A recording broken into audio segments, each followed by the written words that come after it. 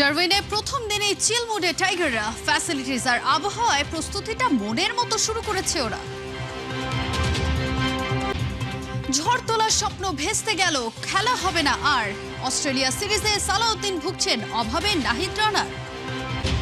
মেসিদের চেয়ে ক্লাব ফুটবলে বেশি আগ্রহী আর্জেন্টাইনরা। প্রিয় ক্লাবের ম্যাচ ঘিরে উৎসবে মেতে ওঠে ওরা।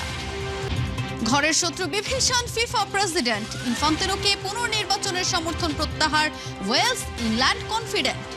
ডারউইনে চিল মুডে আছে টাইগাররা। অস্ট্রেলিয়ার বিপক্ষে টেস্ট সিরিজ শুরুর আগে প্রথম দিনের অনুশীলনে তৃপ্ত তাইজুল ইসলাম। দুর্দান্ত প্র্যাকটিস ফ্যাসিলিটি আর দারুণ আবহাওয়ায় প্রস্তুতিটা মনের মতো শুরু হয়েছে টাইগারদের। বঙ্গোপসাগরের কোল ছেড়ে এখন তাসমান পাড়ে টাইগাররা। 23 বছর পর স্বপ্নের অস্ট্রেলিয়া সফরে একটা মুহূর্ত তাই নষ্ট করতে রাজি না ক্রিকেটাররা। পুরো দল এখনো এক হয়নি।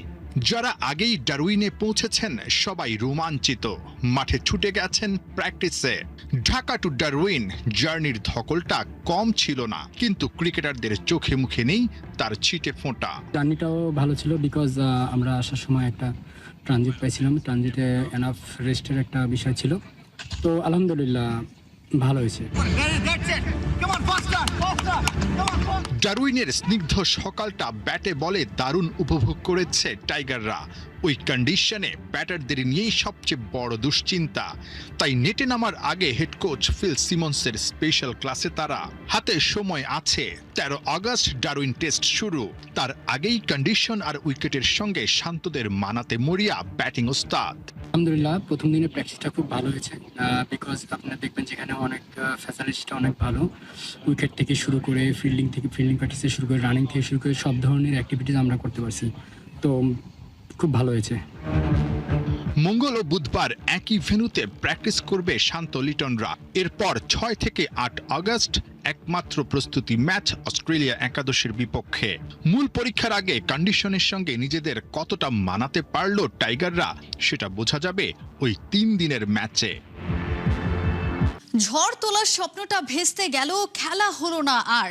সেই অস্ট্রেলিয়া থেকেই ট্রিটমেন্ট করে ফিরলেন পেস সেন্সেশন নাহিদ রানা। শেরে বাংলায় চলছে তার ইনজুরি কাটিয়ে ফেরার পুনর্বাসন কার্যক্রম। প্রায় 2 যুগ পর অজিদের মাঠে টেস্ট খেলবে বাংলাদেশ, অথচ আকর্ষণীয় এই সিরিজে নাহিদকে না পেয়ে বড্ড হতাশ হয়েছেন কোচ সালাউদ্দিন। দেখছিলাম যে কবে দেখবো নাহিদ রানা অস্ট্রেলিয়ান ব্যাটসম্যানদের আসলে বাউন্সার মারতেছে। নাহিদ লাফিয়ে উঠছেন, বলাই যায় আক্ষেপে পড়ছেন কোটি ভক্ত। কথা ছিল সফেদ পোশাকে গতির ঝড় তুলবেন। নাহিদ রানা লাফিয়ে ওঠা বলে ট্রাভিস হেডদের মাথা ঘোরাবে, নিজ ডেরায় অজিরাই পালিয়ে বেড়াবে, এমন স্বপ্নই তো ছিল। ইনজুরি পেসারদের সবচেয়ে বড় শত্রু। চাপাই নবাবগঞ্জ এক্সপ্রেসকেই লাইনচ্যুত করল। সেই অস্ট্রেলিয়ায় ট্রিটমেন্ট করে বুক ভরা কষ্ট নিয়েই দেশে ফিরলেন স্পিড স্টার। চলছে পুনর্বাসন কার্যক্রম। সাদা পোশাকের লড়াই যে কতটা মিস করবেন সেটাই কি বোঝাতে চাইলেন গায়ে সব সাদা পরে? অস্ট্রেলিয়া সিরিজে নাহিদ নেই, আর সবার মতো কোচ সালাউদ্দিনেরও মন কাঁদে। সত্যি কথা বলতে নাহিদ রানা থাকলে আমিও খুব এক্সাইটেড ছিলাম যে কবে দেখবো নাহিদ রানা অস্ট্রেলিয়ান ব্যাটসম্যানদের আসলে বাউন্সার মারতেছে। খেলার একটা এক্সাইটমেন্ট, আমি নিজেও অনেক এক্সাইটেড ছিলাম যে নাহিদ রানা খেলবে। যেহেতু হয় না এখানে হাগুদাস করে লাভ নেই, বাট আমি মনে করি অন্য বলার যারা আছে তারাও যদি একটু বুদ্ধি করে বল করতে পারে আমি তারাও অনেক ভালো খেলবে। জানা গেছে পার্থের চিকিৎসকের চিকিৎসায় সাইড স্ট্রেনের ইনজুরি থেকে আস্তে আস্তে সেরে উঠছেন নাহিদ রানা। সপ্তাহখানেক পর থেকেই শর্ট রান আপে বোলিং শুরু করতে পারেন এই পেসার। ফুল রান আপে বোলিং আর পুরো রিদম ফিরে পেতে আগস্ট মাস শেষ হয়ে যেতে পারে। প্রশ্ন আছে অনেক, সেপ্টেম্বরে ভারত সিরিজ হলে কি 22 গজে দেখা যাবে এই গতি তারকাকে? বড় প্রশ্ন, আগের মতো গতি আর অ্যাগ্রেশন কি দেখা যাবে নাহিদের বোলিংয়ে? অতীতে ঠিক এই ধরনের ইনজুরিতে অনেক পেসারই গতি হারিয়েছেন। আপনি একজন ফাস্ট বোলারের যতই চেষ্টা করেন ইনজুরি মুক্ত রাখার, ফাস্ট বোলার আপনি যদি ফাস্ট বোলার হিস্ট্রি দেখেন ইজ ডিফিকাল্ট। আপনি মিনিমাইজ করতে পারেন, বাট ফাস্ট বোলার বোলিং করবে ইনজুরি হবে না, এটা আসলে যতই আপনি চেষ্টা করেন ইজ ডিফিকাল্ট। বাট আমরা কিন্তু অনেক মেনটেন করছি, অনেক তার প্রতিটা মুহূর্ত এক্সট্রা কেয়ারও নেওয়া হচ্ছে। তারপর যদি যখন কি ইনজুর হয়ে যায় তাহলে আসলে আমি বলবো এটা দুঃখজনক আমাদের সবার জন্য আর কি। শুধু কি নাহিদ, ফেরার লড়াইয়ে আরেক সুপারস্টার পেসার মুস্তাফিজও। ওই জিম্বাবুয়ে সফরে চোট পান ফিজো। হ্যামস্ট্রিং ইনজুরির কারণে মিস করেছেন ইংল্যান্ডের দ্য 100 টুর্নামেন্ট। স্বস্তির বিষয়, ইতোমধ্যে ইনজুরি কাটিয়ে বোলিং শুরু করেছেন কাটার মাস্টার। ভারত সিরিজে তাকে 22 গজে পাওয়া নিয়ে নেই কোনো শঙ্কা। বিশ্বকাপের বাণিজ্যিক শেয়ার বিক্রির পরিকল্পনা করে এবার ঘর থেকেই বিতাড়িত হতে যাচ্ছেন ফিফার সভাপতি। আর তাকে লাল কার্ড দেখিয়ে বসে আছে ওয়েলস, ইংল্যান্ডের মতো সদস্য দেশগুলো। কোনোভাবেই আর ভরসা নয় ইনফান্তিনোর উপর। ওদিকে ফিফাকে বৃদ্ধাঙ্গুলি দেখাতে যে সদা প্রস্তুত ইউএফা। আইনি লড়াইয়ে নামার হুঁশিয়ারিও দিয়ে দিয়েছেন আলেকজান্ডার সেফারিন। এত সবের পর বাঁচবে তো তার চেয়ারটা? ক্ষমতার চেয়ার আগলে এতদিন যিনি করেছেন রাজত্ব, আজ তার বিনাশের সুর। যেন ঘর থেকেইও বিতাড়িত। বিশ্ব ফুটবলের সবচেয়ে ক্ষমতাধর মানুষ আজ যেন সবচেয়ে নিঃসঙ্গ। একে একে হাত ছেড়ে দিচ্ছে মিত্ররা।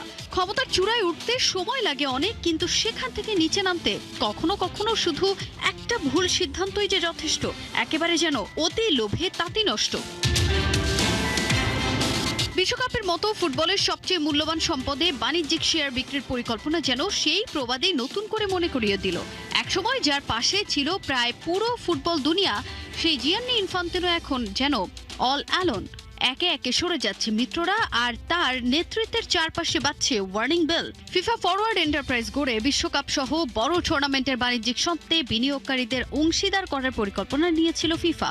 কিন্তু ইউরোপ থেকে এশিয়া চারদিকে তীব্র বিরোধিতার মুখে শেষ পর্যন্ত সেই পরিকল্পনা বাতিল করতে বাধ্য হয় বিশ্ব ফুটবলের নিয়ন্ত্রক সংস্থা।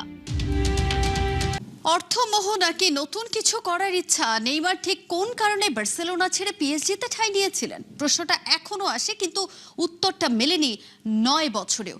সেই এক সাইনিংয়ের পর তো ব্রাজিলিয়ান সুপারস্টারের ক্যারিয়ার গ্রাফটাই ওপর নিচ হয়ে যায়।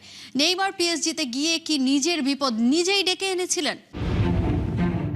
অর্থই অনর্থের মূল। নেইমার জুনিয়র জানেন তো, সালটা 2017 ট্রান্সফার মার্কেট ভেঙে চুরে একটা প্লেয়ার সাইন করালো পিএসজি। বলা হচ্ছিল মেসি রোনালদোরা যা পারেনি সেটাই করে দেখিয়েছেন নেইমার। কিন্তু আড়ালে যে ভাগ্য মুখ লুকিয়ে হাসছিল, কারণ এটাই শুরু, এটাই শেষ। বার্সেলোনা ছেড়ে পিএসজিতে গিয়ে নেইমার অনেকটা মেসি দেখলেন, যেটা আগে হয়নি। ছেড়ে দিয়ে যোগ দিতে হয় শৈশবের ক্লাব সান্তোসে। পুরো ব্যাপারটা হরহর করে বলে যাওয়া সহজ, কিন্তু এক্সপেরিয়েন্স করাটা তো খুব কঠিন।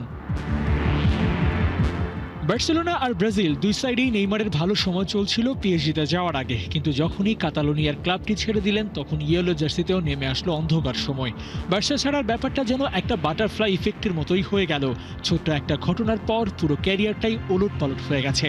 অথচ 222 মিলিয়ন ইউরোর সেই ডিলে নেইমার বনে গিয়েছিলেন দুনিয়ার সবচেয়ে দামি প্লেয়ার। কিন্তু কিসের কি, সেই দামটাই ওকে ভোগালো চরমভাবে। অস্ট্রেলিয়ার টেস্ট ম্যাচ প্রস্তুতির জন্য আজকে প্রথম অনুশীলন করল বাংলাদেশ ক্রিকেট টিম।